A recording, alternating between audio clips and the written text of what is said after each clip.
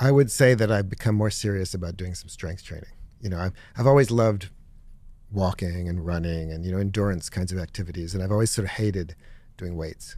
I just don't like it, and I'm a wimp. I'm not a very I'm not a very strong person, and people tend to do what they like, right? You get reinforcement from it, and the more I study the importance of resistance training, and the more I study the importance of doing weights, especially as you age, the more I started kicking myself for being lazy about that. So now I try to do good 2 strength workouts out of every week at least, and take it more seriously, because especially as you age, loss of muscle mass can be really debilitating. There's the technical term for that is sarcopenia. Sarco is the Greek word for muscle, and penia is loss, so muscle loss. So as people get older, they tend to lose muscle, and when you do that, you become frail and you lose functional capacity, and then that starts off a vicious cycle, right? Once that happens, then you're less likely to be physically active, and then of course when you're less physically active, your muscles begin to waste away more, and it's very debilitating. And so I think as we get older,